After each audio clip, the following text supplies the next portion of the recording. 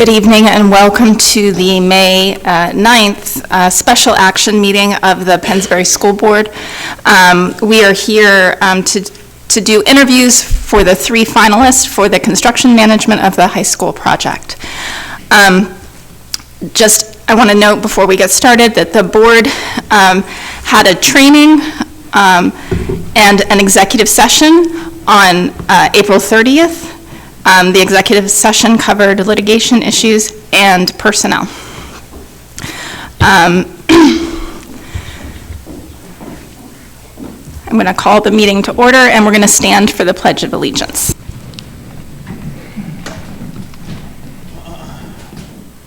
Allegiance to the flag of the United States of America and to the republic for which stands one nation under God, indivisible, with liberty and justice for all.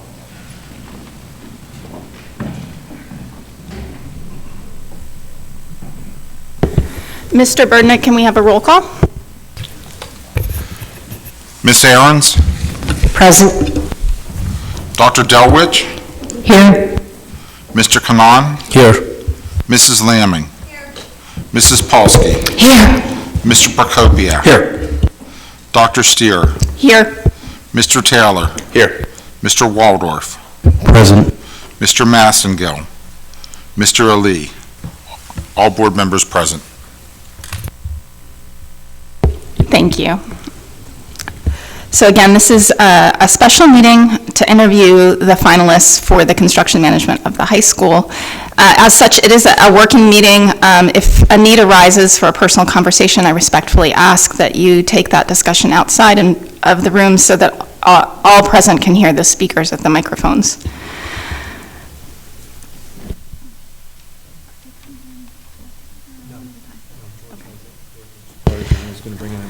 Okay. So we'll move on to public comment. An opportunity is offered at the start of each meeting for members of the public to make comment on agenda and non-agenda items. Up to 90 minutes have been set aside for public participation. Thank you. Individuals will have 5 minutes uninterrupted time to speak. They cannot cede their time to other people. We ask that you state your name and your municipality when you start your public comment, and if you're speaking on behalf of a business within the district, please identify the business. The members of the board will not interrupt your time, and at the conclusion of public comment, board members may respond to comments or ask the superintendent to do so, or they might opt to take the matter up at a future meeting so that the matter can be properly researched. The first member of the public to speak this evening is Mr. Andrew Dell.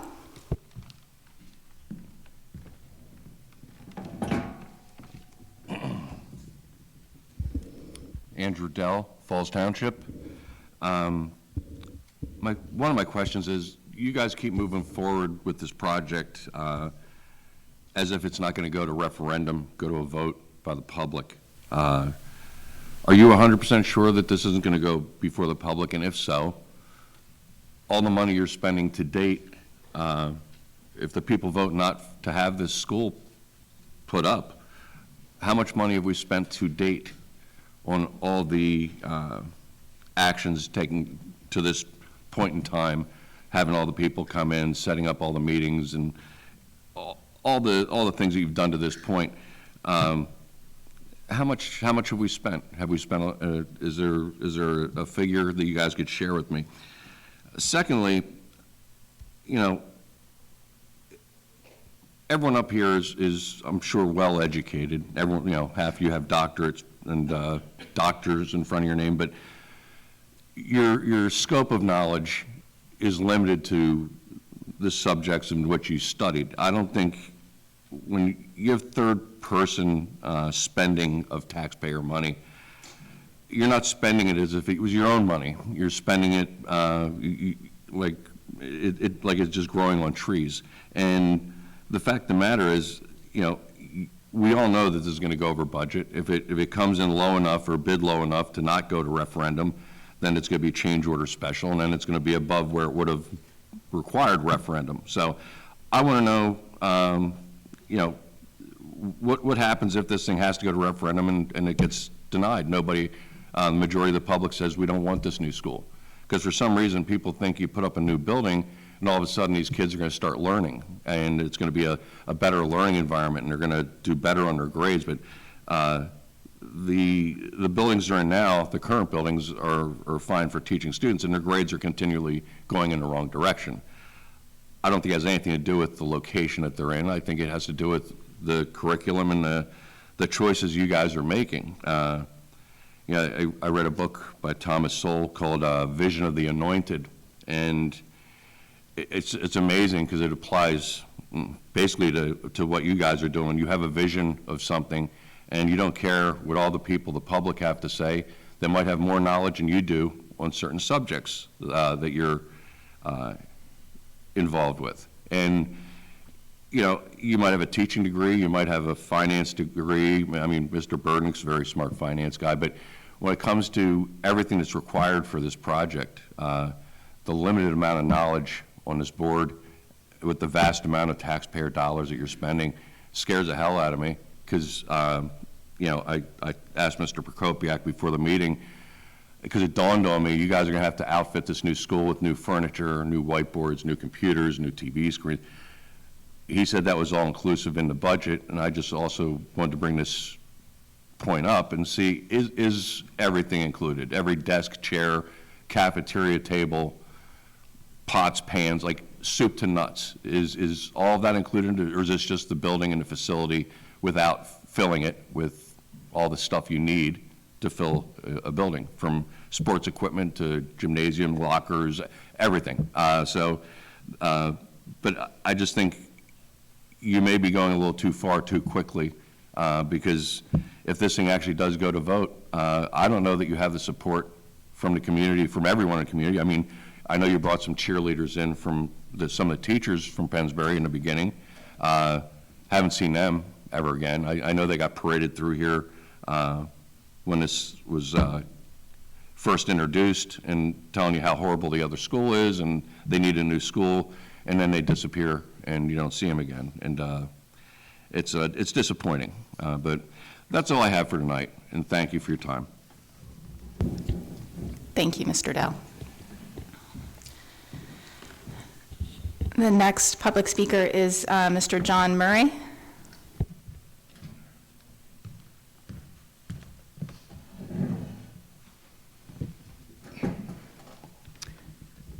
Good evening. John Murray, Lower Makefield Township, 41-year resident. I just wanted to address some of the things we've heard, concerns from some folks about cost overruns and the like. In my 40-some years running facilities, engineering, and construction projects, some of them upwards of $1 billion, there are ways for us to consider, for the board to consider, and maybe you already have, so if you're ready to consider these things, my apologies. I haven't seen the RFP, so I haven't seen any of the bids back and the like, so I don't know where we stand cost-wise from them. But one thing to consider would be to consider guaranteed maximum price as part of the construction management contract, so they have some skin in the game around costs, around the costs are going to be, so the board then would enjoy, and the taxpayers would enjoy a guaranteed price going into it. That gives a lot of transparency, so if there are going to be cost overruns early on, things can be done to mitigate those costs. That's one method. The other method is to have an independent project controls group reporting to the board or reporting to whoever you feel on staff that should go, where they would be able to really consider all the costs and be transparent to the board, and also would really have good insight into maybe some unknowns that are on the project that maybe the construction manager wouldn't be aware of. So those are my two suggestions for to be considered. I found in my 40-some years of working, they work pretty well in understanding where actual project costs come in. So thank you for consideration. Thank you, Mr. Murray. And our final public speaker tonight is Mr. Robert Abrams.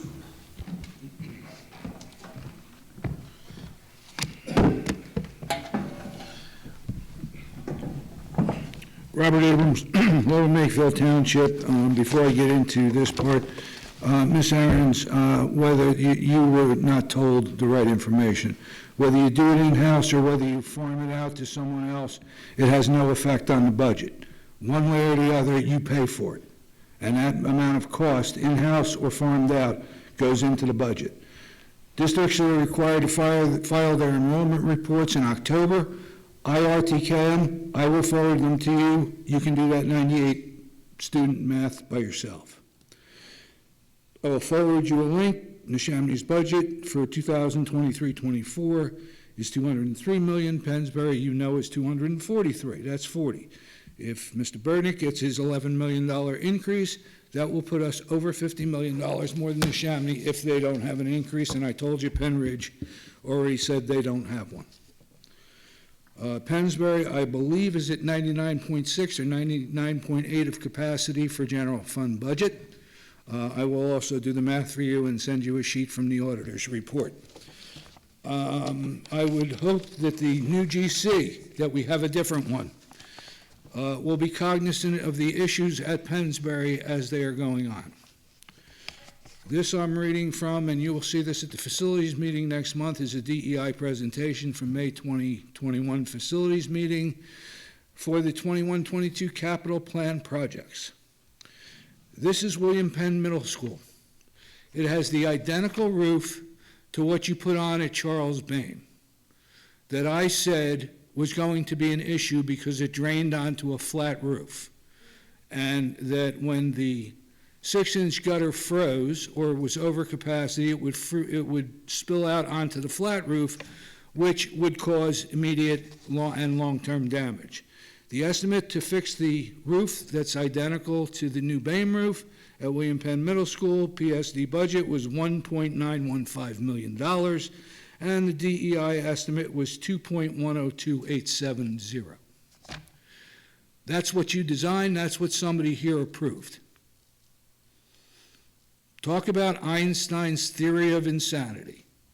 Now, either you're doing it just to funnel taxpayer money to the roofers union, or you don't have a clue as to what you're doing. And I'm sure it's a combination of both. You will get this at the facilities meeting. I already have copies. We need new. To answer the gentleman's questions who just spoke, guaranteed maximum price would be excellent. As far as project control, I believe Mr. Steele is more than qualified as an architect, and we could do all of this in-house and don't need any of these people if we hire our own in-house engineer, which will be much, much cheaper, and an assistant, which we can probably have for 10 or 15 years instead of paying a new GC for 4 or 5 years. The idea of how the money's handled at Pennsbury is disgusting. It is insulting to anybody of any intelligence. The idea that the taxpayers' money and the fact that people have worked all their lives for the seniors that may be losing their homes because of this, or the people that can't put food on the table anymore, is the most insulting thing that I've ever heard from people like Dr. Smith and Mr. Burdick, whose salary and benefit packages are $300,000 or very close to it on either side of it. The fact that this board has absolutely no clue as to where the money's going, in or out, or how it's being handled is terrifying. Absolutely terrifying. That you look at the constituents like an ATM machine, that all you really want to do is stick your hand in the pocket. Now, what you were told tonight about redoing the 2019 bonds, the Fed's fund rate was 0. and that you're at 2.7, and you're gonna, well, you know what? You're never gonna get 2.7, not now, and you have to be prepared. Who are we paying to be prepared? I'll get somebody in here right away that'll prepare us in 2 days. I don't need PFM. Now, you people need to get it going here. And at 70%, you got no bids on 2 contracts. At 70% union participation. Well, what do you think is going to happen? You're at referendum, Thank you, Mr. Abrams. Prokopiak. Thank you. Thank you, Mr. Abrams. That's all that we have signed up on the lists. Are there any other members of the public who wanted to speak before we close public comment?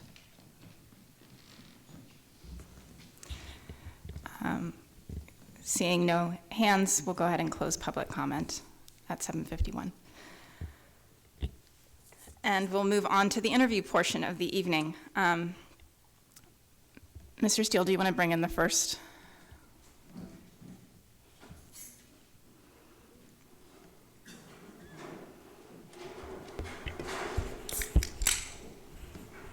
While they're setting up, Mr. Dell, I can share that we're finalizing our frequently asked questions for the high school project, which will answer a lot of your questions, specifically how much has been spent to date.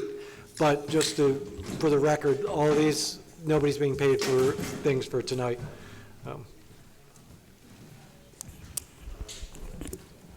Anything else that you wanted to respond to? Can we clarify that the recent bids that had low returns were sent out on the previous responsible contractor policy, correct, which did not require 70% correct. participation in the apprentice program? Thank you. That is correct.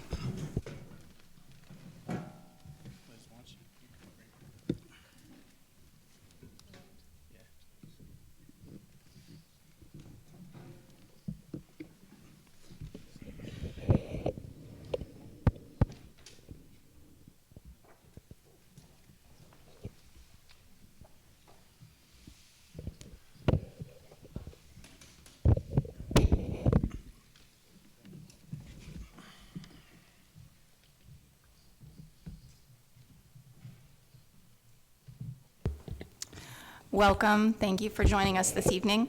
It's good to see you here. We're going to do a 30-minute interview. It's going to be a round-robin format. Each board member will have the opportunity to ask a question. If there is a brief clarifying question, they can ask that too. But because there are 9 of us, only about 3 minutes per question.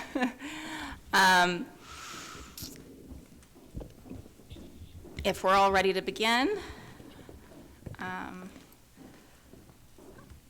I'll start the ball rolling. So we'll let you introduce yourselves first, and then I'll ask the first question. Great, thank you very much. Glad to be here. This is the team of Dewey Engineering.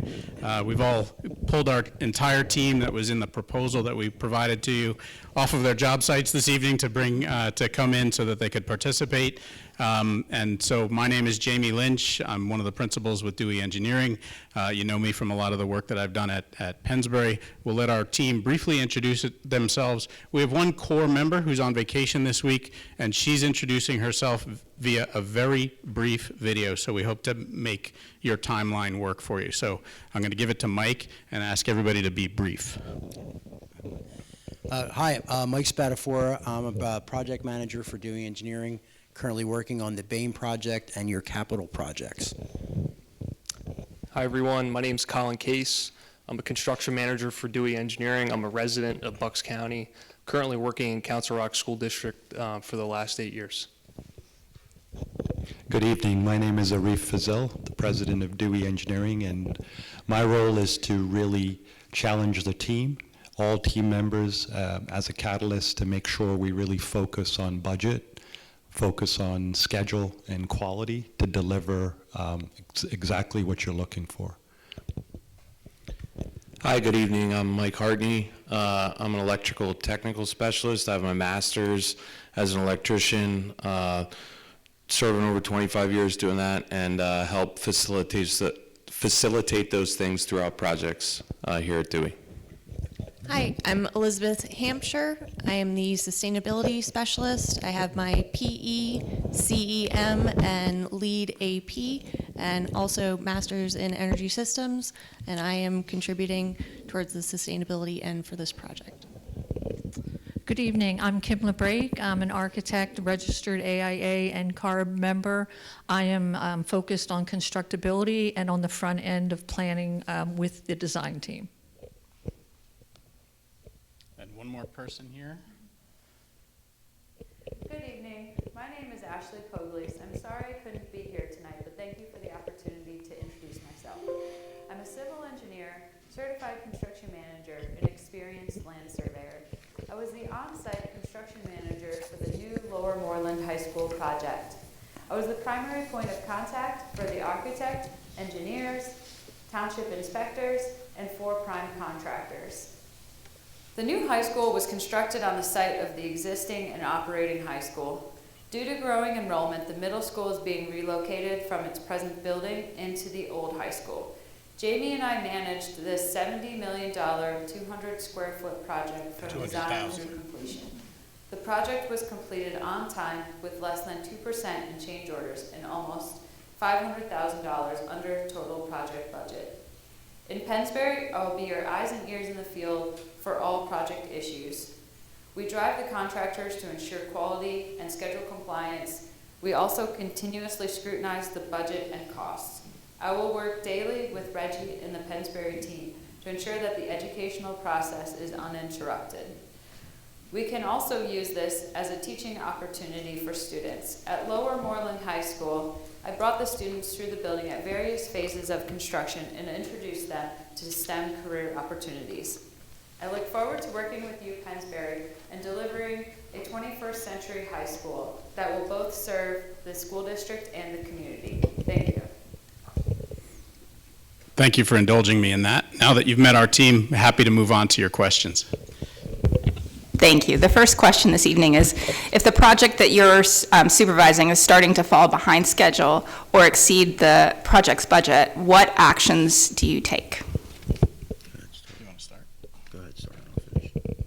So a project in trouble requires immediate action. So based on the toolbox that we employ for our front-end documents, we work with the design team before the project goes to bid to ensure that there are controls in the project for both cost and schedule. For schedule, it starts with a milestone schedule and mandatory completion dates for various portions of the work, like enclosing the building, finishing structural steel, getting the building to the point where it's energized. Without having those milestones, sometimes contracts run awry. And so to have penalties and consequences for that is something that we incorporate in the documents and then use when we're in the field.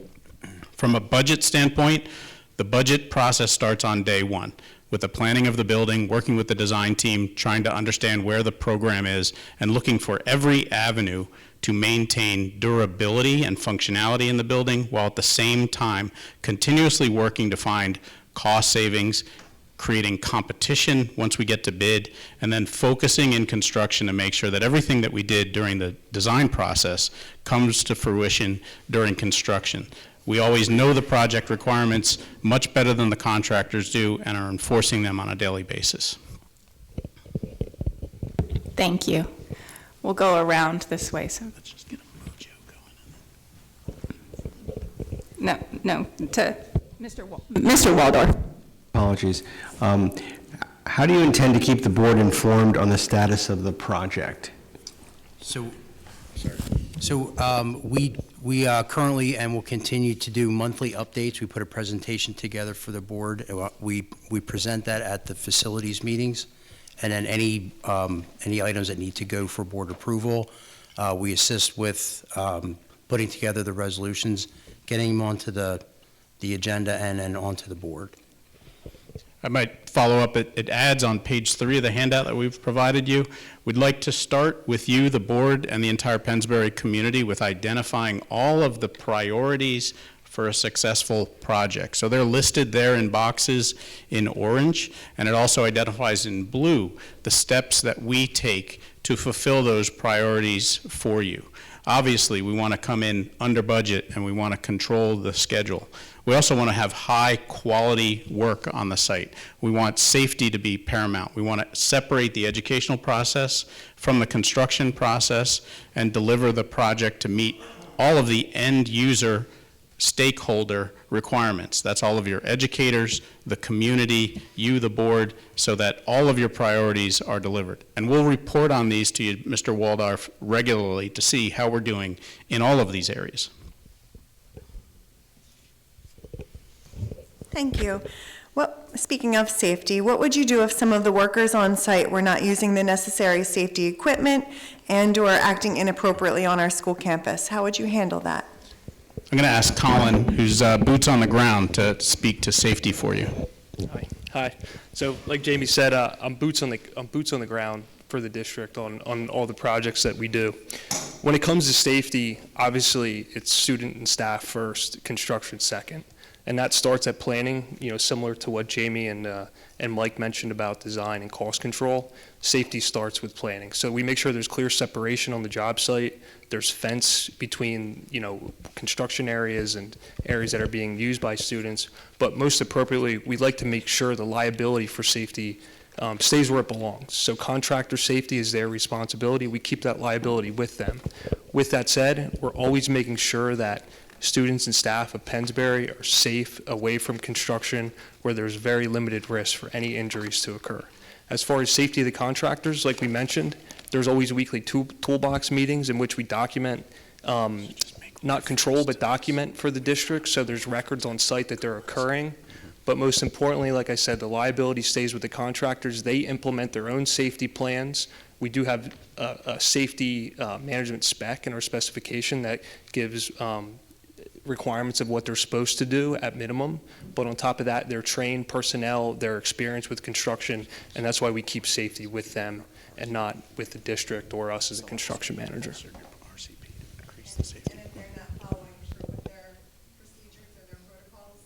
Absolutely, yeah. So if you flip to page 5 in the book, I can kind of go into our mantra that we always abide by while on site. Yeah. I'm going to just ask Mike to finish up and point to a couple of items. Yeah. So there are also requirements in your the recently updated responsible contractor policy for some of those things. And if you look at page 10, we started to put together what would be the semblance of phasing schedule. And one of the first priorities on here, you can see where the outline of the new building would be, is the clear separation of the construction fence that separates students from construction activities. That is first. Moving forward, our hope is to contain construction activities, try to not change student traffic, the path between buildings. That is priority number 1. They're going to be walking past that site every day, 4 times a day. So that would be number 1. Second is we want to move student parking somewhere else on the site, be it a temporary parking lot or perhaps the parking lot at Village Park. So moving the kids away from and containing the construction activities is the safest thing that we can do to keep this project moving. And finally, with respect to individuals on the site, if they're not complying with safety protocols, be it the ones in your safety plan, their safety plan, OSHA's requirements, they leave the site. Bye-bye. That starts with things like no smoking on site, safety, their behavior, their dress, their trash, all of that relates to site safety. If they're not compliant, they're asked to leave the site. Thank you.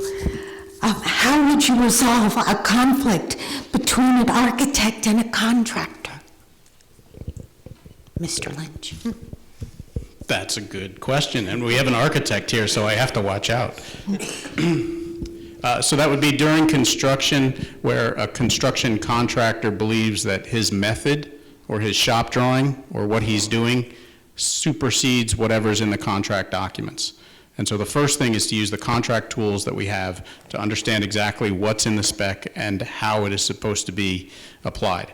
And we work immediately. There's no finger pointing, there's no come back next week with a solution. We call a meeting, everyone sits down, we identify with those two parties, but more importantly, the district. What's the right way to consistently and constantly protect the district? What are we putting in? What's the issue? What does the district want? And I would say, even if for some reason there's a cost to it, hey, we have to look at that as well and figure out how to resolve the situation. If the designer has to do something, we press him into service to put the design together and get it in the contractor's hand, because what? Time is money. If the contractor's defective and the architect is saying you're doing it wrong, we come in and do the exact same thing with the contractor. Here's the written notice that you'll have. You need to remove anything that's defective right away. Otherwise, what are we going to do? We're going to deduct it from your pay at the end of the month. Thank you. Hello. Jamie or anyone, how do you define success of this high school project, and how will you measure it? How do we define success, and how is it measured? I think I refer you back to the priorities of the project on page 3, and to make sure right from the beginning, those are the right priorities for the school district and its community in how we perform. Obviously, budget, schedule, and quality are the top 3. But more importantly at times is how the building responds to the educational needs of the community, and also how the building serves the community. Certainly how well the schedule works, how far under budget, or how well we meet the budget is very important. It's all about the team that's involved. How do we meet these goals that are here? Ultimately, our success is not in how we perform, but how the building is viewed in the end by the community. We'd like everyone in Pennsbury community to come in at the end and hopefully say, wow, look what we've done. We've served all of the stakeholders in the community. Our high school students, our community stakeholders, our advocates, obviously the board and the teaching folks, and to make sure that, wow, we really did something that was special, durable, easy to maintain, and long-lasting for everyone. Director, I'll just add one more comment to that. Sticking with page 3, as Jamie alluded to, we've listed some of these key priorities, okay? And ultimately, as Jamie said, it's all about owner criteria and delivering the successful project to meet all your criteria. But one simple one could be grants, opportunities for funding outside of course, the taxpayers. And with that regard, we have tremendous expertise in that area. There's one simple priority. We've already submitted an RCAP grant of $5.6 million for this project. I'm looking for the opportunity, which we've capitalized for some of our clients, to submit what's called a capital budget itemization. This project is ripe for that. It's got the timeline for it, and it's got plenty of opportunity for that. For one specific client right now, Interborough School District, we have a $20 million capital budget itemization. We've already got them $4 million. A second one could be a sustainability option. We can talk about that. There's the Inflation Reduction Act, and how do we capitalize on that possibly for opportunities at this particular project. And there's the ACE grant, and it can go on and on. But that's just one item. We have a great list here of all of them. Another simple one is risk management. We're undertaking a huge project. We have to manage your risk, and that's something we've done very, very well for our clients. We don't have a single project that is over budget, out of schedule, and that has had a claim on it. Claims in public projects, so just managing the risk of the district. So it depends, as Jamie said, how you define it, Director, and what your priorities are, but we've listed some that we think are very important on this page, and we'd welcome more discussion on that. Thank you. Mr. Prokopiak. Thank you. Good evening. This is going to be a long-term project of 5-6 years. And we've seen sort of in the engineering world consolidation, acquisitions, and that type of stuff. So what is your current corporate structure? Who are the equity owners of the company? And how much control do they have over the direction of the company as well as personnel? Thank you, Director. That's a great question. So Dewey Engineering has been in business for almost 50 years. I've been the president of Dewey Engineering for almost 30 years. We've experienced tremendous growth over that period. Working for you, you've seen that as well. We have a great team. This organization and the new structure doesn't change any of that. The same people are in charge. Jamie is still making decisions. Mike Spatafora is still making decisions. And I am still here to make sure that you have the resources, that we continue to challenge the entire team to deliver the best project. The stock is currently owned by CHA. We are part of CHA, but I have a very strong leadership role in that new organization. We are reinforced now by 1,800 people. We have offices in Parsippany. We have offices in Fort Washington to further supplement our 100 people. But what I assure you is this transition was made specifically for continuity of clients and continuity of our staff. I'm still a young person. I got a lot of energy. And this was driven strictly on those two parameters: continuity of our staff, which is tremendous talent here, and how do they continue to grow, and more importantly, continuity for our clients. I've had clients for over 35 years. We represent 35 different school districts. As engineer of record, I take that role very, very seriously and would in no way diminish our ability to deliver for you. And that's really my answer.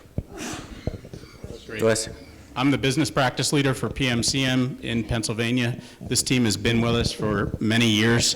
We're not going anywhere. We're not starting to chase something else. We will still be experts in the educational PMCM business. We're not running off trying to find work in other areas. We were specifically sought out for the expertise and really the skills that we have in delivering public education projects. Dr. Delwich. Right. As the Falls Township liaison, I may be asked to reach out to the supervisors as needs arise on this project. Given the schedule of the supervisors, the fact that both they and myself work full-time, how will you ensure we are given sufficient time to consider and act upon your requests? I love the question because Falls Township has been fantastic to work with as we've done the stadium and other smaller projects. And one of the first keys with the community, be it Falls, Lower Make, the county, the conservation district for a project of this size, is to incorporate them in their feedback today and tell them what the plan is and get feedback from Falls, from the supervisors, from Jones Engineering, from Mr. Takita on what the requirements will be for the site, and to incorporate them as a stakeholder because your project is also their project. What's the most expedient way to get through the process? And what we would do is plan to do exactly what we've done for other projects in which Falls has said to us, that presentation and the way you displayed the project, excuse me, and brought it to us was one of the best we've ever seen. So we would continue that, engage them early and often. They are one of the entities that provided some of the funding for the RAC-P grant that was submitted. So they're a partner in this process. And so as such, they're a stakeholder, and we want them involved early, and we want them, and as well the rest of the community, informed often. Thank you. What is the largest project you've worked on? Well, inside the brochure here, if you were to go starting on page 6, we've provided some of that information. First, a map of all of the school districts that we've served in Montgomery, Bucks, and the eastern Pennsylvania area. Some of these projects you've heard about, and what we've done is by size shown them here. Colin, for instance, did 2 middle schools in Council Rock at the same time. That was 320,000 square feet. Some of the members of the community have visited the new Avon Grove High School, which was 300,000 square feet. Ben Salem High School was renovated, and that's 450,000 square feet. And the following pages contain some other very large projects. Upper Dublin School District, also Penn Ridge at really over 500,000 square feet, and Sodderton High School at 420,000 square feet. So we do have the experience in projects of this size. It's amazing when you look at those projects and when they were built and what they cost. It's a travesty to understand what this project is going to cost, but we have managed very large projects and large sums and extraordinary amounts of work in our nearly 50 years of history. Chip, yeah, if I can add to that, almost everyone on the panel here has done projects. Although this is a new construction project, there's still demolition involved with the second half of that. Most of us have done projects where we have built new buildings on the sports fields while the school was in operation, demolished and rebuilt sports fields. It's almost commonplace. We all have, I personally have Brockville Middle School and Nichman for Bethlehem School District. They are 4 acres. And we had 2 buildings in operation at one time. The phasing of that is a challenge, getting utilities to those buildings. The on-site parking and things that we talked about on page 10 there. So we have to develop our strategies. We have to get our things in place early so that we don't disrupt the day-to-day operations of all of the other buildings on that site and keep the new project moving. The changeover after the fact will be more of the challenge because now we're taking over the demolition of everything. One of the things that we've done so far is, I think we're calling it Mount Falcon. So we've been stockpiling the soil from the field construction. When those buildings are demolished, that will be used to help backfill some of that. So we kind of, in a way, started to save money. We're not going to be importing as much fill because we've kept it, knowing it's coming down the line.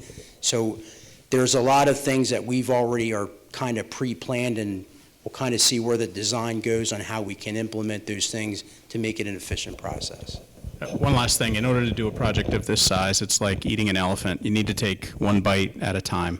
And so in the schedule that's included in your handout on page 12, this was in our proposal. On it are light bulb ideas for how we eat this project one bite at a time. There are some interesting things that we have to consider, mostly to ensure quality and competition and meet your budget, but also innovative things that we can do early in the project that will help the project. For instance, what do we do about athletic fields when we're building on them? Well, you already have a second field designed next to the stadium that could be a great first step to make sure that we have performance space for athletics during the period of construction. Other things, what do we do with Village Park? How could we use it? Perhaps as a place to store materials that we order early to help speed the schedule. Lots of ideas are here. I'd love you to take a look at those and provide us with feedback. What can we buy early? How can we break contracts down further? How can we use state contract mechanisms to buy things early and avoid things like escalation over the years? We've got lots of tricks in our toolbox that we'd like to share with you on how to do this and work with you, the architectural team, and the community. Yeah, and just to add into that a little bit, some of the things he was talking about that we're looking at early ahead of time is the electrical service that you guys upgraded a few years ago and how it feeds the campus and whether or not it can be something that we can attack early in the project to keep it ahead of schedule. And then also simple things like looking at how the building is constructed, and the value you can get from stacking utilities on top of each other and things like that. So, from the beginning, as they were talking in the design phase, if we can get in early and take a look at things, that's the best place to control projects like this because, like Jamie said, they're big, and you can't take it all at one spot. So, those are just some of the different things that we'll do ahead of time.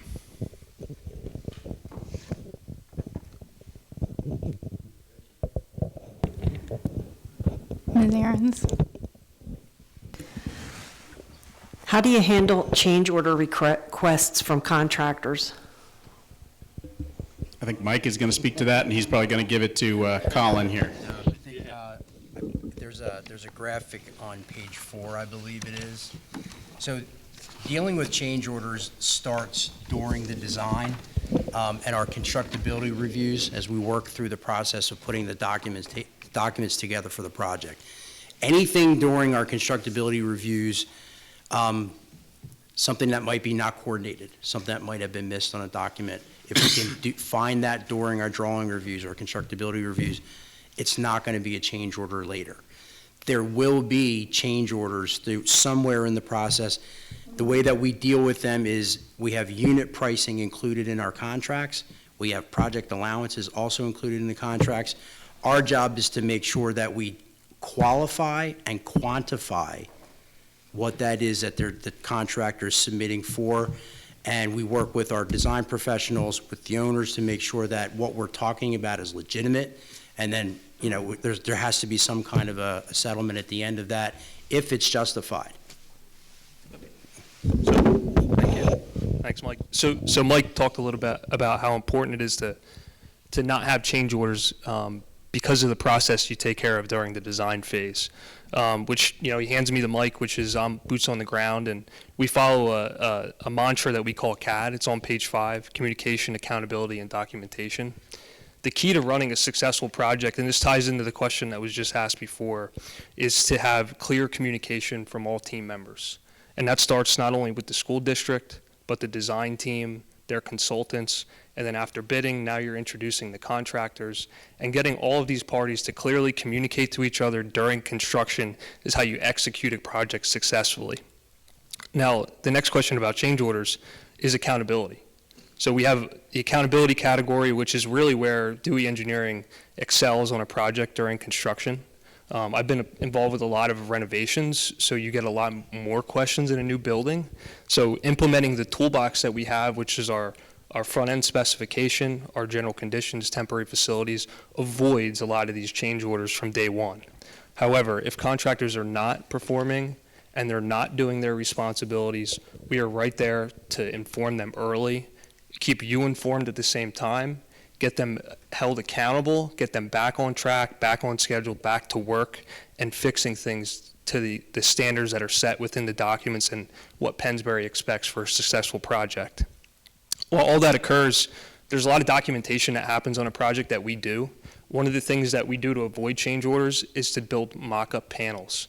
So during design, we developed very strong wall sections, details of the roof that we expect to be implemented during construction. These mock-ups will show the contractor how they're going to be built. The architect will review them, we'll help with the process, we'll document it. We'll make sure when they actually go to build that 40-foot high wall that it's done properly, and it doesn't have to be torn down and redone. We want it done right the first time, one time only. That keeps the project on schedule and flowing, keeps everyone happy. On top of that, there's shop drawing reviews that we assist with. We push these to the architect. We make sure that they get answered accurately and promptly. The quicker you get those shop drawings from the architect's hands and back to the guys in the field that are doing the work is critical, again, to a successful project.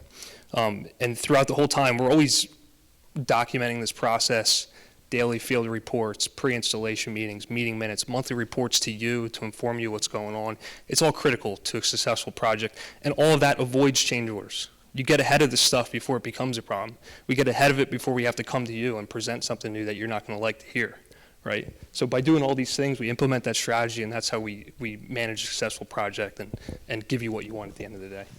Thanks, Colin. I point the board to page 2, which is an image that was included in our proposal, and it really is our cost, savings, and value-added services. So this speaks to the question of whether it's a change order, a budget overrun in design. It's focus on cost from day one. These are the steps that we've used. The folks here have talked about our toolkit. It's resulted in savings, both in minimal change orders during the project and also delivering projects actually under budget. Ashley mentioned that we were $1 million under budget at Lower Moreland High School recently. At Colonial Middle School, there was enough money left in the project budget that the district was allowed to add an entire synthetic track at the end of that project. And that project was done during COVID. It was also a responsible contractor policy project. So we have a lot of the experience. We're eager to share all of these items, these 9 items and more with you, but we're confident that we can start saving from day one. Jamie, if I could just add, one thing I think that really differentiates Dewey Engineering is the people. And, you know, Jamie introduced the team. We talked about what the team is, and you have them in front of you. And it starts with that robust professional team, because there is nothing that you can substitute for clear, concise, complete documentation. And our review process to help deliver those is exceptional. You talk about Kim LeBrake leading the constructability review. So we have a mechanical engineer reviewing the mechanical drawings, an electrical engineer reviewing that. And then you have experienced people like Jamie Lynch, myself, Mike Spatafora, Colin, Mike Hartney, reviewing that. And we are really keeping the entire design team accountable to deliver those clear, concise, complete documentations. And there is no substitute for that. That work has to happen, like Jamie said, from day one. And that is going to be the difference maker to make sure that this project is, number one, comes in on budget. There are minimal issues. And as you asked, Director, change orders we want to have in the rearview mirror. All right? Thank you very much. And thank you for all of your answers to our questions. We have 2 more interviews to do this evening, and I appreciate all of your responses. Thank you. Thank you all very much. Thank you.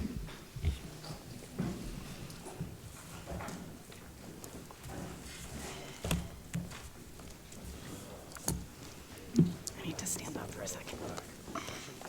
3 meetings in a row. Yeah, I know. You've been here since I've been. Quickly, if we have other questions, can we ask them or no? At this point, I think we have to stick to these questions.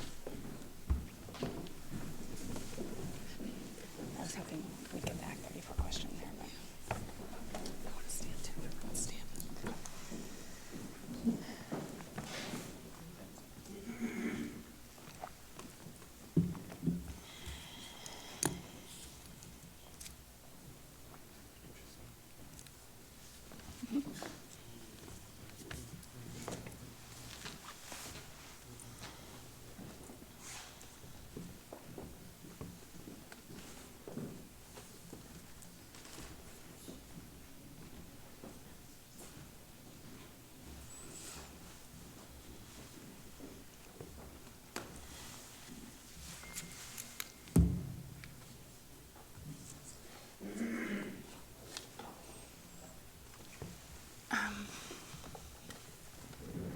Does anyone feel comfortable answering the question about what's included in the budget for the high school furniture? Furniture's included, so we can answer that at the end. Okay.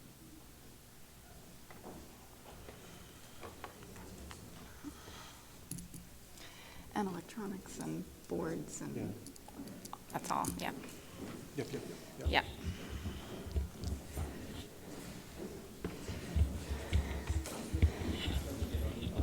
If the board members can return to their seats so that we can get started quickly.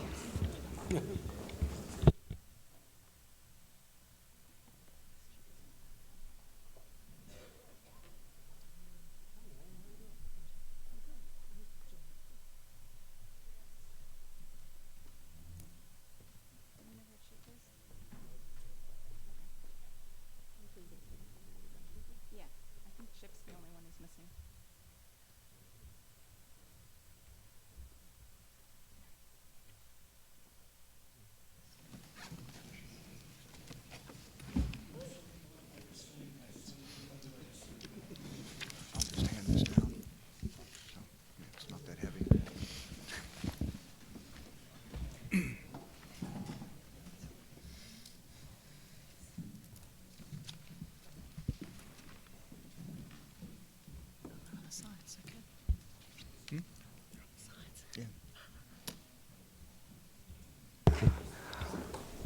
Welcome. Thank you for joining us this evening. So this interview process we do in a round-robin format. So each board member will ask you one question.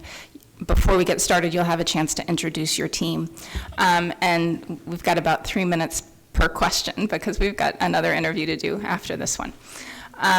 Would you like to go ahead and start your introduction? Sure, thank you. Good evening, everyone.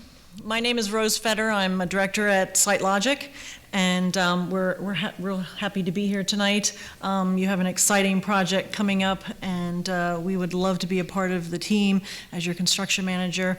I know that you have a lot of questions to ask, and we have a short amount of time, so I'm just going to let the team introduce themselves, and then we can get started. Mike Arnold, I'm a principal and vice president of operations for SiteLogic. Walt Tack, Vice President of Pre-Construction Services. Casey Lyons, Pre-Con Manager, Electrical Estimator. Good evening, Casey Kohler. I'm a Program Director and Director of Safety and Security. Ryan Brennan, Project Manager. Joe Nemec, Construction Manager on site. Thank you. I'll ask the first question. So if the project that you're supervising is starting to fall behind schedule or exceed the project's budget, what immediate actions do you take?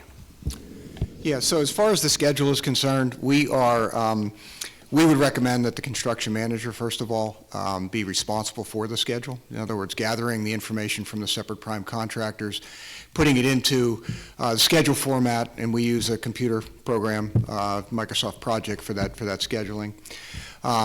We would, in the front-end documents, set up parameters to make sure that they are responsible to give us, the proper updates on a monthly basis to make sure that we're able to update the schedule, review that. If they are falling behind, we institute a recovery schedule immediately. We have a workshop with all of the contractors to try to find out where we can find and make up some of that time. If that is not motivating the contractors, then we utilize the front-end documents and the contracts to use any other measures that we need to, whether that be withholding money from the prime contractors to motivate them. We could also suggest supplementing their crews as well. Oh, second part was cost. I'm so sorry. Yeah. So as far as the cost is concerned, as part of our pre-construction services, we would be performing estimates for you on a regular basis based on the phase of design that's in, moving from schematic to design development to construction document phase. And we would, as we identify the costs per phase, we will have a detailed breakdown of that so that we can identify areas where we possibly can find some cost savings. Through some cost reduction, and work with your architect and obviously the school district to implement those measures to bring it back within budget. And every iteration, every estimate that we're providing, we're going to make sure that we identify whenever there is any kind of scope creep, and that does happen on projects, that we identify, hey, this was added, here's the cost for it, do you still want to proceed with that? Our estimating team is pretty robust. We've navigated through some interesting times with hyperinflation, but we're proud to say that we're, the latest bid results, in fact, one with your architect came in very well actually yesterday at a project that we're doing with KCBA. So we follow the market very closely. We're watching everything that's going on as it relates to supply chain, trying to be as informed as we can be when we can communicate back to you what we believe the costs are going to be. Thank you. Mr. Waldorf. Good evening. How do you intend to keep the board informed on the status of the project? I'll take that as well. Typically what we do, and we work with districts on how they prefer, to have that communication. Typically what we do is we do provide a monthly written report. We would appear before the board and give a briefing on that report as well, and just go through the, basically the parameters of where we are with the schedule, where we are with the financials for the project, the quality of the work, photographs, things of that nature. We also would work with the district and the architect to prepare a meeting management plan as far as the cadence, as far as what those meetings might look like that involve the owner. Typically, we do have a separate monthly meeting that would involve the consultants and the owner without the contractors, that would inform you of the issues that we're facing and how the district might participate or help in the resolution of those issues, or inform you of how we're resolving those issues. Obviously, in addition to that, the owner would be informed through the job conferences and the meeting minutes that we keep, et cetera, and your involvement, would be at the level that you wish that it would be. We've dealt with a lot of different, school boards over the years, and many of them look at things differently as far as how they want to be informed and the level of detail they want to see. Thank you. Hi, good evening. What would you do if some of the workers on site were not using the necessary safety equipment or acting inappropriately on the school campus? How do you handle that? Sure. I'm gonna ask Joe Nemec, our on-site candidate, to answer that question. You can pull the microphone out of the stand and pass it. So it would be, you would have to approach the person first, talk with him, approach the manager, have a meeting, discuss what's going on. Just implement measures to make sure that they're doing what they're supposed to. There's also situations within the contract and/or specs where we can issue fines. Also, delay warnings. Ask the person to be retrained. Come back when he's retrained and understands what we expect to have safety and behavior-wise. I do know that we go through FBI background checks and clearances, so that really helps, weed out who we have on site. And if there's anybody acting out of place or not in accordance with what we're doing, we have to have a conversation about that, and it's something that we have immediately. That's not something that lingers. There is no second chance. This is the way it is, and always have the best interest of the district at hand. So that's basically how we would handle that. Yeah, and if I could add to that, a lot of construction managers that are in an agency, they tend to take a little bit of a backward look at safety because the prime contractors are ultimately responsible for that. But we're a bit more proactive. We do at-risk work as well, so we understand, and we have safety consultants that work for us and with us to make sure that our projects are safe.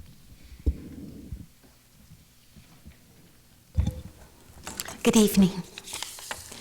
How would you resolve a conflict between an architect and a contractor? As far as we try to create a collaborative atmosphere, amongst the consultants and the contractors. One of the challenges in a public school project is that the contractors that ultimately are awarded the project are there because they were the lowest responsible bidder. Your consultants are being brought on more as a professional service. Okay, so as far as motivating and collaborating and trying to enforce goodwill amongst them, it can be a challenge at times, but we do try to do the best we can to understand that they have a business to run, we have a business to run, we have a district to serve. So we're always trying to collaborate. We do pick up the phone. We don't hide behind emails and try to intimidate and communicate solely that way. We do want to document as best we can on behalf of the district as well. But we do try to get everybody around the table.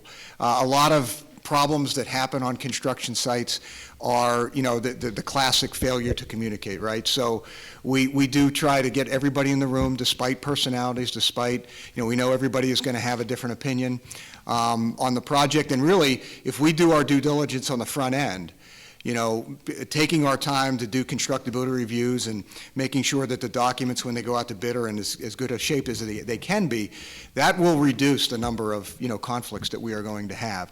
So it's really about starting at the front end and working through a lot of the processes that Walt and his team will go through with the constructability review process. But then just really taking a communicative approach to getting people around the table and trying to get it worked out. Thank you. Hello. So how will you define success of this high school project, and how will you measure it?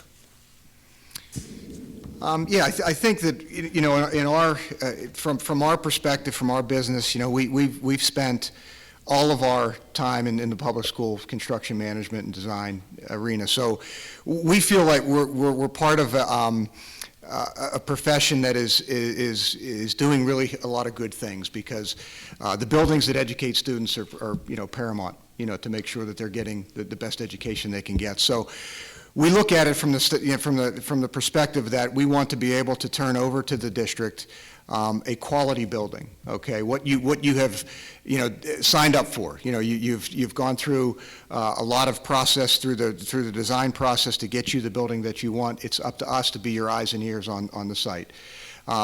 You heard from Joe. Joe's going to be the guy that's going to be walking the site and making sure that everything is done correctly. If it's not done correctly the first time, we're going to let them know, and they need to make sure that it is done. We're going to hold money to make sure that it is done. Those type of things are going to happen. Obviously, we're going to work within your budget. So another aspect of the success of the project is going to be if we're able to work with your architect and with the owner to make sure that we're providing for you at the end of the day bid results that are going to meet your expectations. It's not an easy task. And to be honest with you, over the last 18 months to 2 years, as I previously mentioned, it's been very, very difficult because of the way the hyperinflation has affected that. So we have learned a lot from that process, and we feel like we're in a good spot there. So I think one of the ways to measure success is going to be through those bid results and how we're able to bring you in on budget, and then beyond that is going to be able to control the change orders.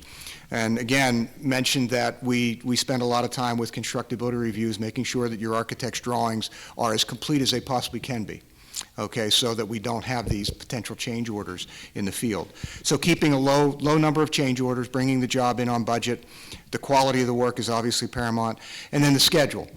Putting together a realistic schedule, a schedule that we don't just issue to the contractors and then put it in a drawer. It has to be a tool. It has to be viewed at every meeting. We have to go through all of the different activities to make sure that if they're falling behind, we identify them immediately and try to get them to adjust to that. And then have the ability to have recovery schedules and get it back on track. But I think it's important as part of that schedule is to not disrupt the educational function of your campus. This is a brand new building, but it's not a renovation, but we do know that there's a lot happening on the campus. So another aspect of success is going to be at the end of the day that we're able to turn over a building that had not disrupted your educational functions while it's being built. And lastly, but most important, to a question that was asked earlier, is the safety of the workers, of anyone that's on the campus, making sure that everybody goes home at night free of any injury. And that's part of what a construction manager is going to do for you. Good evening. This is a long-term project, 5 or 6 years, maybe. And we've seen in the engineering world, sort of smaller companies being bought by bigger companies and that type of stuff. So what is the corporate structure of your company? Who are the equitable owners? And how much control do they have over direction of the company as well as personnel? Sure. So we were formerly Reynolds Construction Management from 1994 till 2018. In 2018, we merged with some companies that are similar to us throughout the country. We have various divisions. Our division is known as the Northeast Division, and it is the state of Pennsylvania. We interact with the other divisions only for, to gain more knowledge, whether it comes from solar, capabilities, EV charging. Our firm does that. It's based out of California, but we've done work in this area in both of those areas, solar and the EV charging. Our business unit works independently. So when I say the Northeast Division, I'm a principal of the Northeast Division. Rick Evans and Garrett Lewis are also part of that. So we are the company's leadership.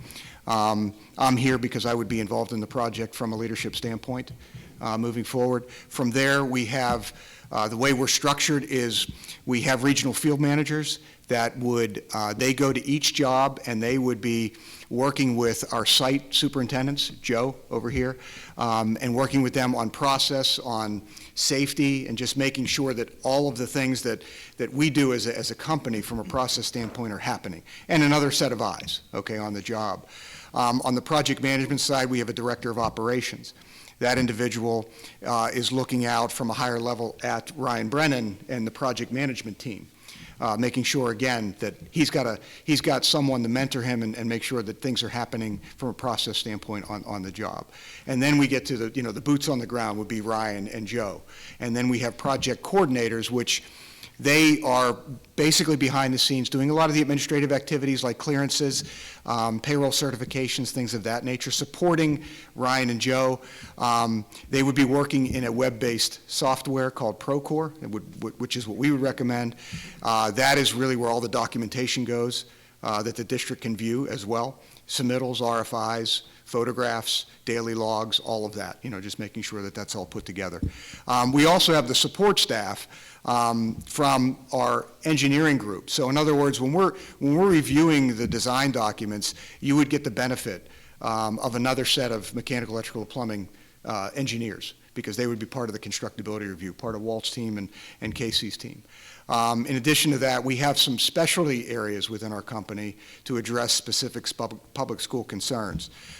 Casey Kohler has a vast background in school security throughout this area, as a matter of fact.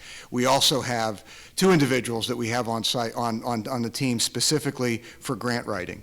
They're lobbyists that work with us, and we know that the grant climate is very busy right now, so they've been very busy helping us out in that regard. So that's the structure of how we operate. There's a lot of mentoring and eyes and ears that are working behind the scenes on your project, and then you have your frontline individuals as well. Can I clarify something on that? Sorry, Mike. Your ownership structure is not clear to me. Are you owned by a PE firm, family owned, something else? Pardon me? The ownership. Oh, ownership, I'm sorry. Yeah, we are owned by a private equity company.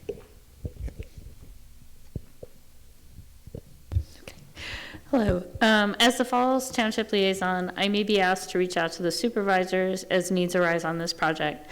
Given the schedule of the supervisors and the fact that both they and myself work full-time, how will you ensure that we are given sufficient time to consider and act upon your requests?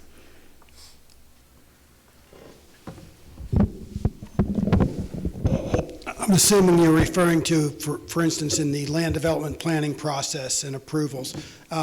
Anything that might come up, Typically, and suddenly need a signature or We like to something. reach out to the local municipality as early as possible, get in front of them, talk about them if that's going to the planning commission meetings in the evenings, if the supervisors want to meet with us personally on their hours.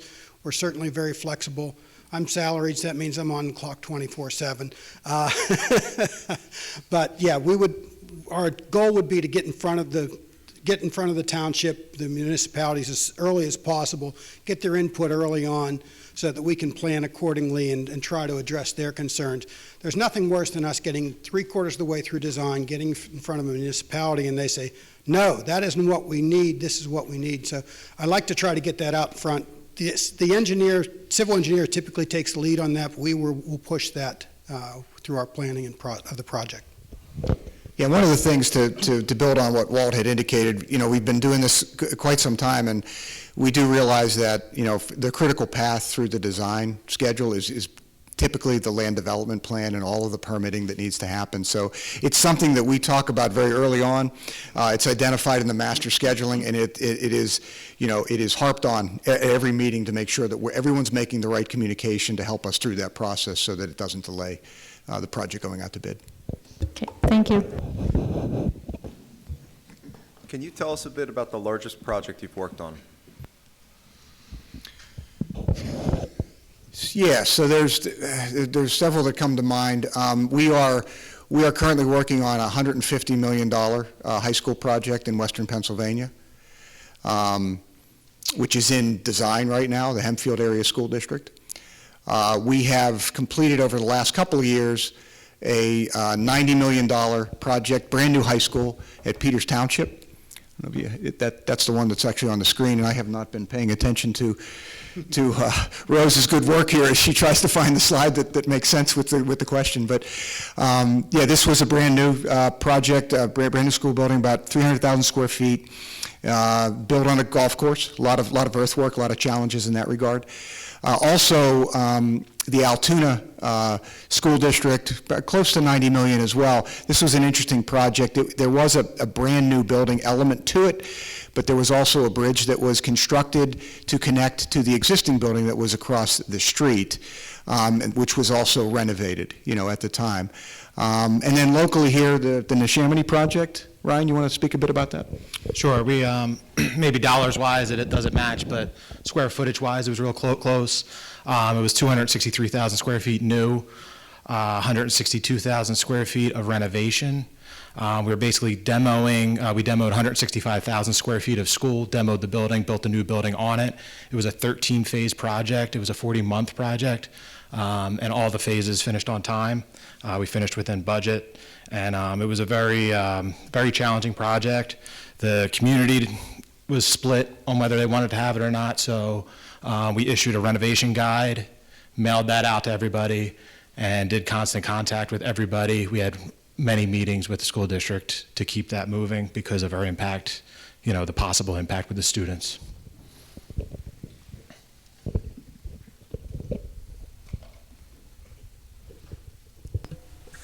Good evening. How do you handle contractor change order requests? So usually we receive it. We typically get it as well as the architect at the same time, as soon as they come in. If it was an owner requested one, we'll discuss it immediately with them. If it was a design item or something like that, we will review it, we will estimate it, and we will negotiate it prior to bringing it to whomever the school district gives as their representation with that, whether that's the operations, whether it's the business manager, whomever that is.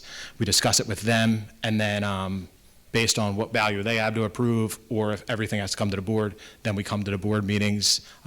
We put it in our monthly report, what they were about, to give you a description so you see it prior, and then we present it at the meeting for approval. Yeah, one thing I wanted to add to that is that we do understand the difficulties that change orders bring to a school board and the community. So we take that process that Ryan explained extremely seriously. We want to be fair. Obviously, we need to be fair. We're not going to send you down a different path too, where we're rejecting every change order and all of a sudden you have a claim on your, the whole group has a claim on their hands as well. But we will fight very hard for getting the best value for all of the, any change that comes your way. So. Casey? Another level we do offer as well, when a change order does come in, after it's being reviewed, it gets sent to our estimating team. We do review the cost. So we track real-time costs. So if the costs are coming in inflated, we will mark it and have their team go back through and actually dispute the costs and have them reevaluate the cost and then resubmit it with the proper amounts.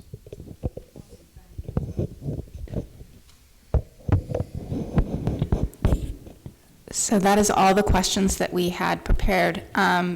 You still have a few minutes left of your half hour. So if there's anything that we haven't asked that you feel would be of benefit for the board to know that you'd like to share with us, you've got Sure. Yeah, 5 minutes. Yeah, just wanted to reiterate what Rose said. Just obviously thank you for this opportunity. We're very interested in serving the Pennsbury School District. We feel as though we are in a position, especially with the way the timeline is, to have a capable staff ready to go. This is a big undertaking, and I think it's important that whichever firm that you select has the capacity to do it.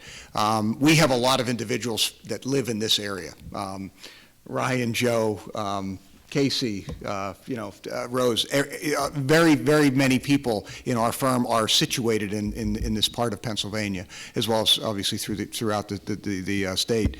So we feel like we have the capacity to make that happen. Our experience speaks for itself, and I'm sure the other candidates have similar experience. What we believe we have are individuals that have the passion to do the right thing and be an advocate for you. We're basically, we're here as an extra set of eyes and ears for you and making sure that we're doing the duties that we're asked to do. Some things that we do like to do above and beyond is we look at this opportunity for the students to help them understand the career opportunities that may exist within the design construction industry.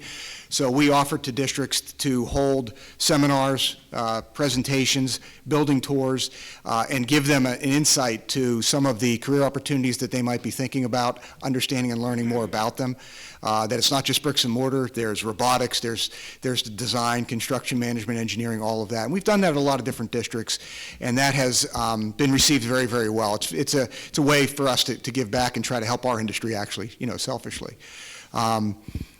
But Casey, I'd ask you to make some comments as well, because I think one of the unique things that we have on our team is Casey's expertise in security. Thank you.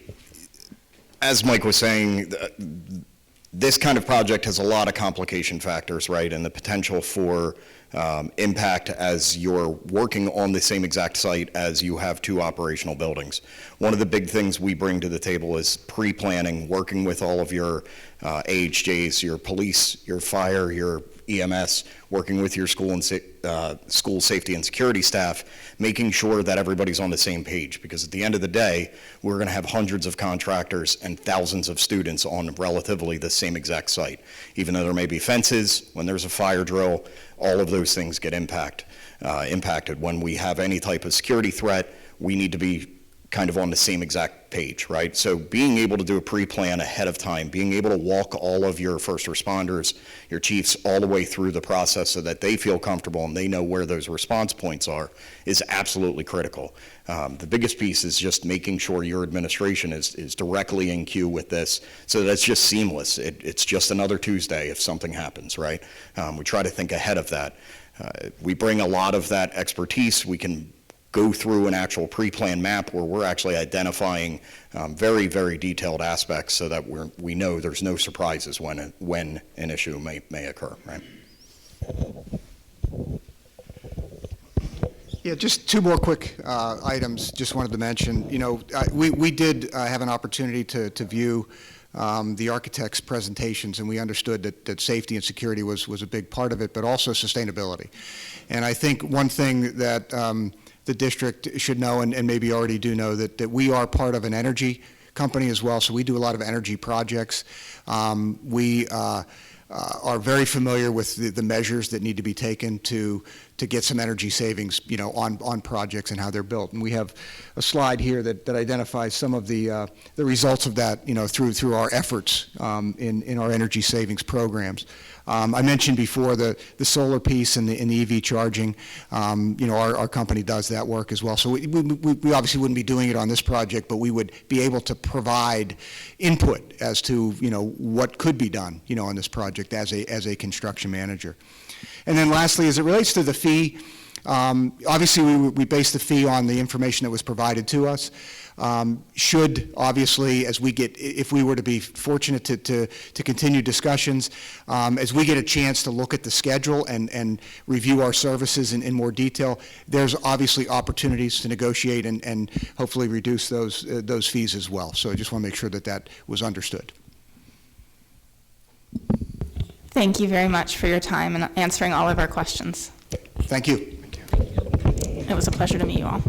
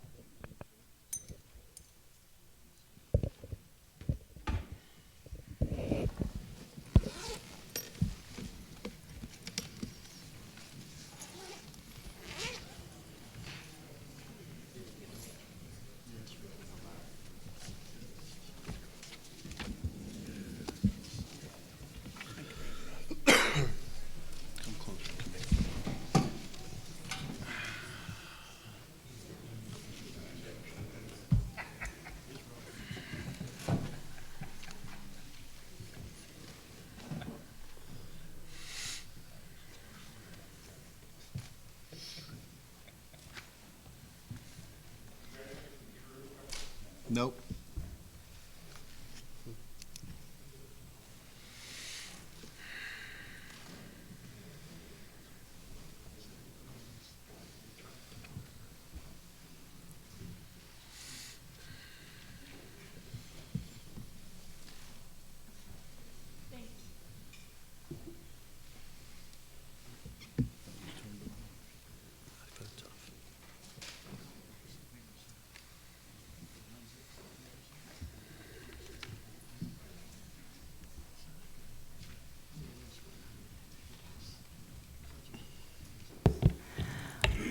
Welcome. We're happy to see you here this evening. So this is a round robin interview format, so each board member is going to ask you a question. We've got about a half an hour, so about 3 minutes per question, and we're going to start with an opportunity for you to introduce yourselves. Okay, terrific. Well, good evening, everybody. My name's Chuck Romanoli, and I represent New Road Construction Management Company. Can you hear me okay? Sorry. And we're happy to be here tonight, and we appreciate you bringing us on. We're excited about your project, and I think we have a really great team for you, and I think we've prepared ourselves over the last 40 years for jobs of this nature. So my name is Chuck Romanoli. I am an engineer from Rutgers University. I've been building K-12 schools in Pennsylvania, New Jersey, and New York for the last 40 years. It's my sole interest. We do not do architecture or engineering or general construction work. We are owners' representatives representing school districts just like yours, and that's what my entire career has been focused on. I've been a board member for many years in my town. My father was a superintendent of schools for many years in Willingboro School District, and I'm quite familiar with how schools run and the difficulties that board members have and administrators have, and and schools experience. So I'm well suited to help manage this project, and I'll introduce the rest of my team. Nick Saunders. Good evening. I'm Nick Saunders with New Road Construction Management. I'm a project executive, certified construction manager, Bucks County resident. Started managing K-12 construction in 2006. Have a lot of successful projects under the wing of Chuck Romanoli, and I'll hand it over to Scott. Good evening. I'm Scott Weitz. I am the president and founding partner of New Road Construction Management. That doesn't necessarily make me senior. It's just the way it worked out. I am a registered architect. I am a licensed land planner. I am here tonight basically to tell you that as the president of the firm, I want to make sure everything in your project goes the way it should, and I will make sure that we will put all our resources necessary to make that happen. And this is our field team here, the proposed field team. Good evening, everyone. My name is Bruce Farrell. I have 40 years of construction experience in everything from residential all the way up through industrial, governmental, and mostly school work. I'll be the senior project manager on this job, and I'll be overseeing the site work. Val Yerman, New Road Construction. I'm civil engineer with 25 years in-field construction experience. Will be on-site project manager. Thank you. All right, thanks everybody. We're ready for your questions. Great, thank you. So I'll start. If the project that you're supervising is starting to fall behind schedule or exceed the project's budget, what actions would you take? Well, we will know that that's happening because we're managing the CPM schedule. We require the contractor to provide us with a CPM schedule in the beginning of the job to match up with our preliminary schedule that we provide in the documents for bidding that meets the milestones and the needs of the district and the project. And once we realize that somebody is falling behind schedule, we try to understand why they're falling behind schedule, how we can help them get back on schedule, get into the nitty-gritty of it, and when we fail to get action out of the individuals that we're working with on the job site. We'll move to perhaps the owner of the company and have face-to-face with the owner of the construction company, find out what's going on, why they haven't been moving forward. And we might have the school district attorney write a strong letter. And at the, at the last resort, we would go to their bonding company and approach them, try to get some action out of them. But we're very involved with schedule. Schedule is one of the main topics of every one of our project meetings. We have typically bi-weekly meetings with the whole team, and one of the top things that we discuss is schedule. Where are you with relation to the overall schedule? Where are you to the next milestone? And what are you going to be doing for the next 2 weeks? And that's what we go over with every contractor. And cost? If they're over on cost, well, that's going to mean that would be a change order control issue at that point. So, we're going to be managing the change order process, and there's really there's nothing we can do to control their, if the costs are what their bid is, and then after their bid, it's just change orders that may increase. Good evening. How do you intend to keep the board informed on the status of the project? Sure, thank you. Well, we have typically, what we would expect is that we would be here in front of you every month, giving you a board update. We typically would give you some sort of a PowerPoint like this is what we typically do. Review with you in the beginning of the project what information you want to see as a board every month, and we would give you a packet of information with bullet points on status of the project, photographs to give the board an idea of where we are physically on the project. Every so often we'll do drone video flyovers of the project, which is great to be put up onto your website for information to the public. And then we would typically have a financial section of the update, what the contractors are being paid, what they're paid to date, what the payment application that's in front of you, and then we can go deeper into issues and problems or change orders in that report, depending on what the board's pleasure is. But typically, we are going to be in contact with somebody at the district, whether it's George or business administrator or the superintendent of schools on a regular basis. But monthly, we would appear in front of the board and give you all an update.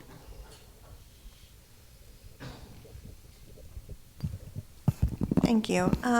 What would you do if some of the workers on site were not using the necessary safety equipment and are acting inappropriately on school campus? How would you handle that?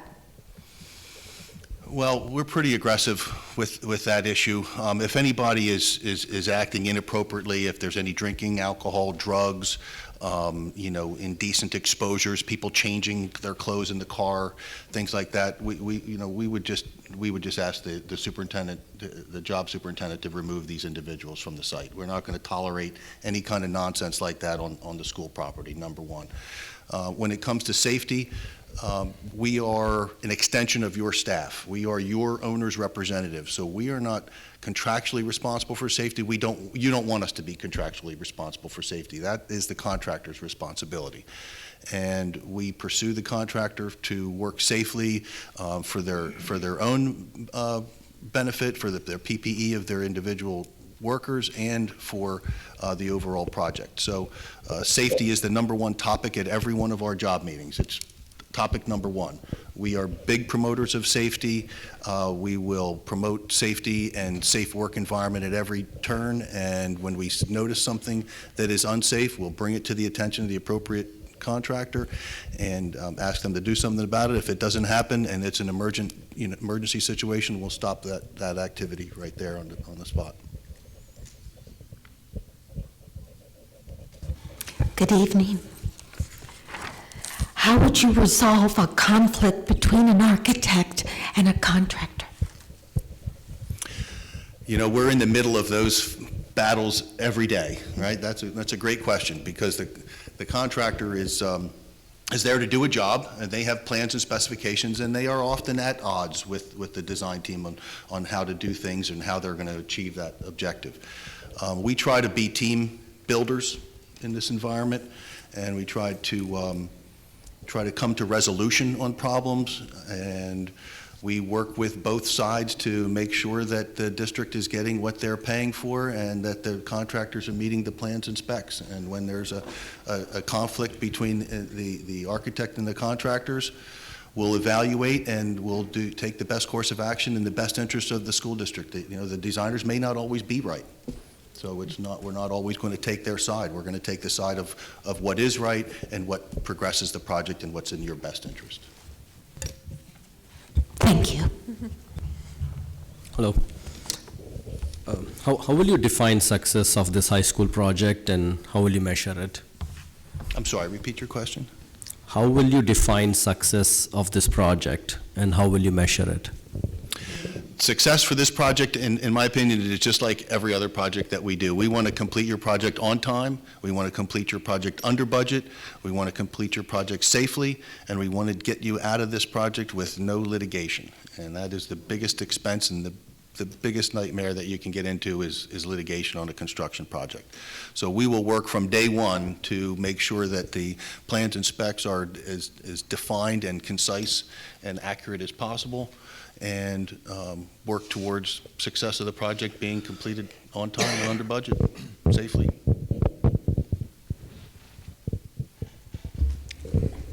Good evening.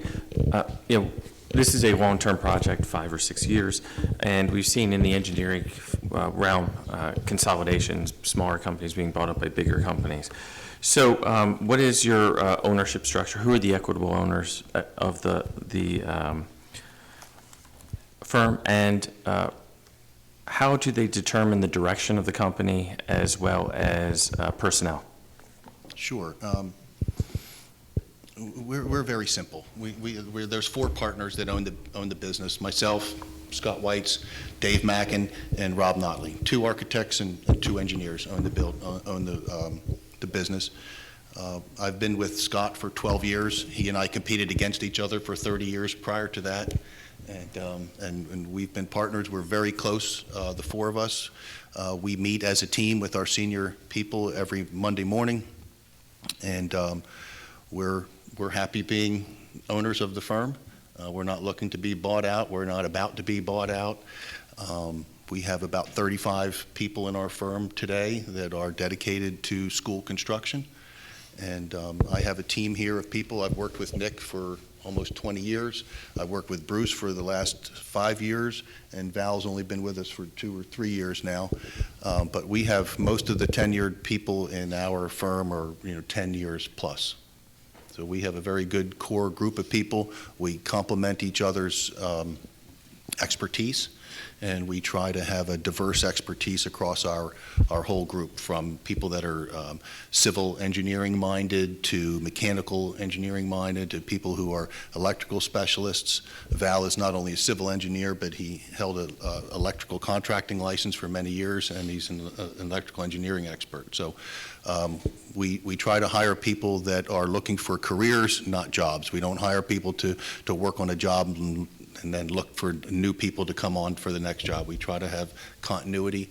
To be candid with you, most of our construction management teams have more continuity than our clients have. The superintendents leave, the business administrators leave. No foul here, please. But board members change as you're going to when you get elected, and it's typical that we have provided the most continuity throughout a project. Thank you.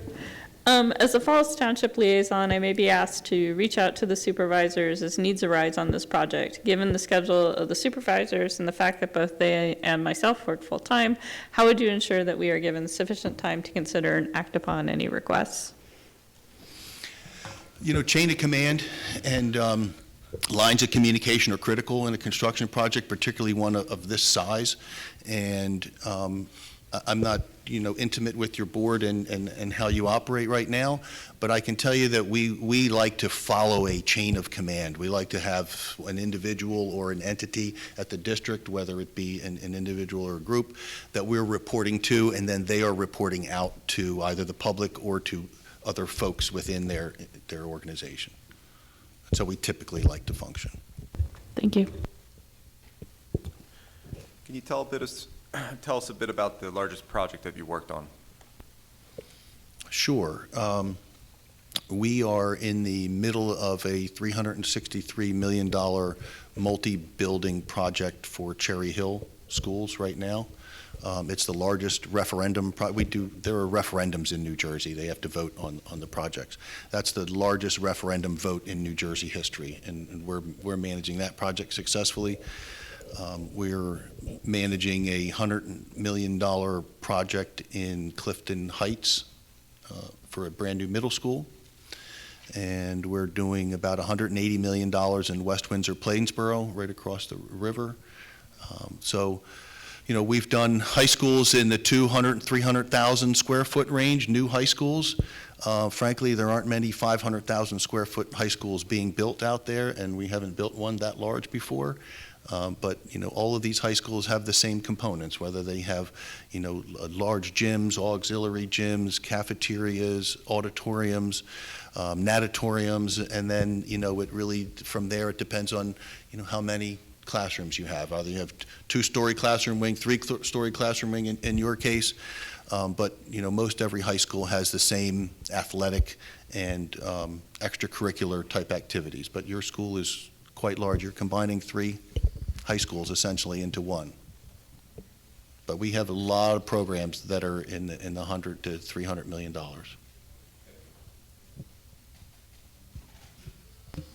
Good evening, thank you for the pen.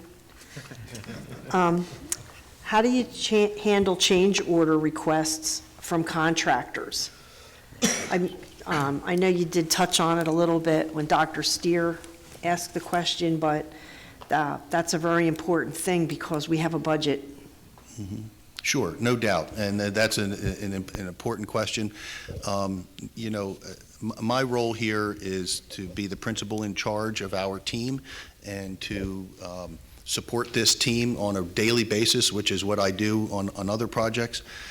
Nick Saunders, who I hope maybe we didn't make it clear, Nick is going to be the project executive here, responsible for our services from day one to completion. So he's the continuity guy right here, Nick Saunders. So I don't want to speak the whole time, and I'm going to let him take this question of change order. Thank you, Chuck. Can you repeat that question one more time, please? Sure, it's how do you handle change order requests from contractors? Sure. So in the field, we boil it down to categories: owner requested changes, design errors and omissions, or unforeseen conditions. So in our line of work, the changes come from one of those 3 categories. We establish where the change came from. We evaluate whether it has merit. A lot of change order requests that we receive from contractors don't have merit. It was covered in the plans, or it was covered in the specs, or it was covered in one of the addenda that came out during bidding. So our job at first is to decide whether it's got merit or not. If it has merit, then we review with the design team, and if the design team agrees with us, we'll present it to the owner's team. We don't greenlight changes. We evaluate it, we do our job and our due diligence before moving it forward at all. Once there is a change order that does have merit and everyone agrees that it should move forward, we try to expedite it through the process. So is the change order merit-based? Is there another option that we can work with the contractor and the design team and the owner on a solution that is the most cost-effective? Once we have that, we work with the contractor to make sure we have the fair and reasonable price from them to do the work, and then we want to move that forward as quickly as possible to keep the project moving forward. Decision-making and money keep projects moving forward, and that's what we need to be very efficient in. Hopefully, we will be able to minimize change orders. I do want to tell you that our track record on change orders is once we're involved in a project on the pre-construction phase and we're able to influence the design with constructability reviews and our input, our change order record is less than 1%.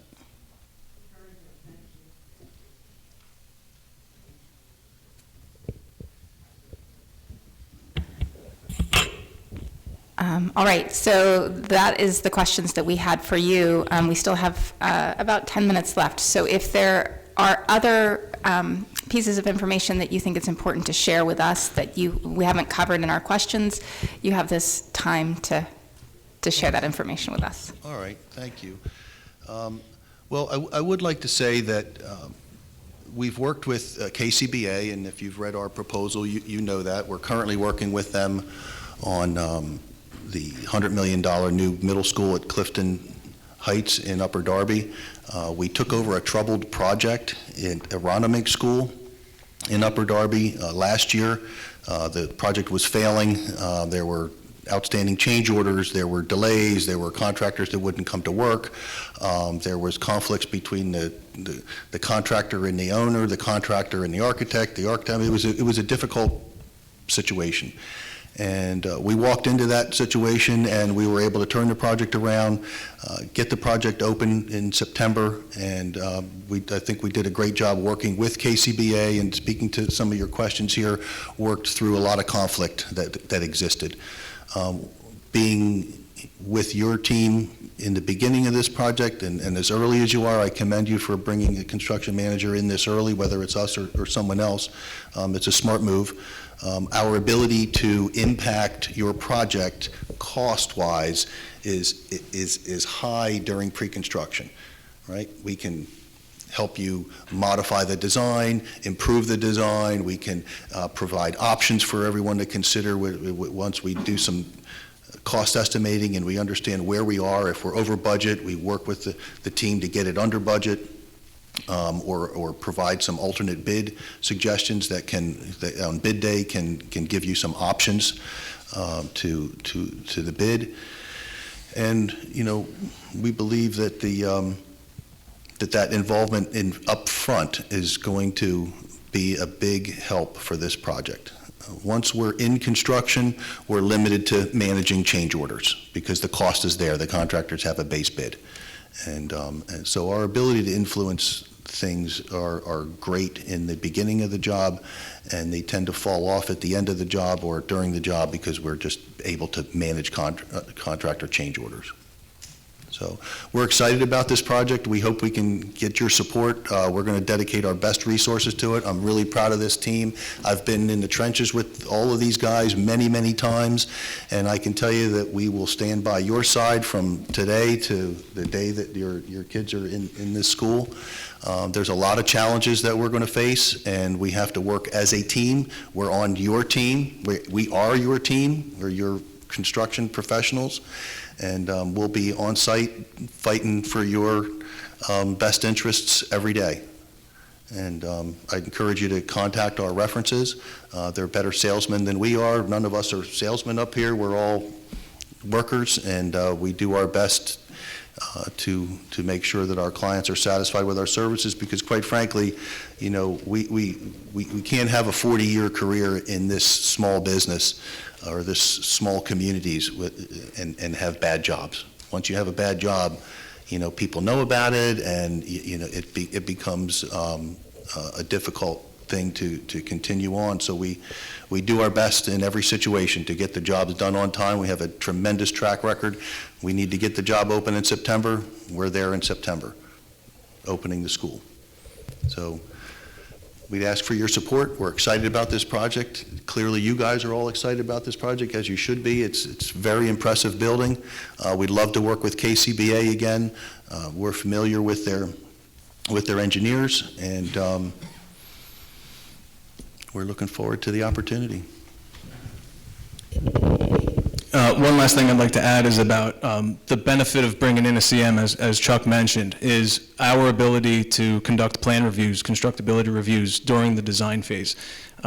Upwards of 8 people from our firm, from different schools of thought, some structural, some MEP, HVAC engineers, our commissioning agents. We pride ourselves on the level of detail that we pour into the constructability review. I was going to bring one, but it didn't make its way into the handout, but they typically have hundreds of comments from our office to the design team, where we catch a tremendous amount of details, whether it's missing scope, overlaps. We catch all these things in the design phase so that the scope is nailed down and you have the best bid package possible. So it didn't come up in any of the questions. I just wanted to write it. It helps us to reduce change orders later on. So we pride ourselves on the constructability reviews. It didn't come up in any of the questions, so I wanted to mention it. Yeah, and the last thing that I want to mention is that as far as our manpower and resources on the job site, we were asked to provide 2 managers on site at a minimum, which are, we're going to have that. That's in our price from day one. We also have a 6 months worth of an expert roof consultant to be on the job. Once the roofing starts, we figure that could potentially be a 6 month. So we included a 3rd individual to oversee the roof once that roof starts. It's a critical aspect of the building. We also have a commissioning group that would be an added service, but a very cost-effective service for you. Those are the 2 biggest areas of failure that we see on projects at the end of the day: roofing and HVAC. HVAC has the most moving parts. It's the most complicated components of the building. There's the least, I would say, construction inspections on them as far as township and code inspections. And you're putting together very complicated equipment from different manufacturers, the ductwork, units, piping, and you're depending on a smart HVAC project manager to pull all of these things together and build this complicated structure that everybody wants to be at 70 degrees come opening day, and it's difficult to make that happen. So one of the things that we developed within our firm is a commissioning team, and that commissioning team, it is an additional service, but they come in and help tremendously with tuning up the system and making sure that the systems are working at the end of the day. So with that, that's our presentation. And I thank you for having us here tonight and look forward to your support. Thank you for answering all of our questions. Hey, Dr. Steer, can I ask one follow-up, please? I just had a question on something. Yeah. Just a quick. I heard a lot about references to New Jersey, and I was looking through the people who gave your references to. How much experience do you have in the PA school world, especially? The rules are different, the governance of that is different, and the grants are different. Can you just briefly touch on that? Sure, that's a fair question. We have experience, we've worked with Cheltenham schools in the past, and most recently we've worked with Upper Darby schools, just currently working and working this past year. Your PlanCon process is a bit of an interesting animal here. I know that you're not in PlanCon now and that they've stopped that grant program, so we won't be dealing with that. And other than the PlanCon, the way you operate in Pennsylvania is very similar to the way you operate in New Jersey. The retainage that we're allowed to hold on contractors is a little different. You hold a little bit more retainage than they do in New Jersey, and then you give it back to the contractor as they get to 50% complete on the project. You reduce the retainage, and then you can reduce it further. But we have the same type of contractors in New Jersey. We're familiar with the contractors here in Pennsylvania. And you have an architect, KCBA, who's very experienced in everything Pennsylvania. But we feel as though, from our experience working in Pennsylvania, that our expertise in New Jersey carries over very comfortably into Pennsylvania. We deal with the same things you do. Should you have a PLA on a job? Should you have a responsible contractor language on the job? We deal with all those same issues, and we're happy to discuss all of those things with you and to give you our opinions on those and to support you in any direction that you end up wanting to go. Thank you again. We appreciated you listening and answering all of our questions. And thank you. I appreciate you all staying awake after 3 interviews and this being the last one, so thank you. Thank you.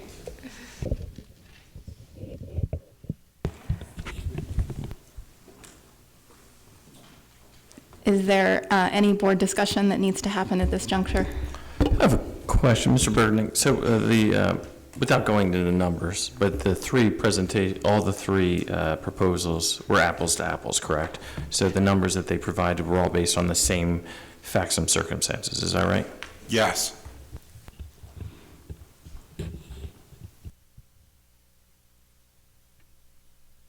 Any other clarifying questions? Okay. Is there a PLA agreement on this job? We don't have any more public comment at this point. It's only at the beginning of the meeting.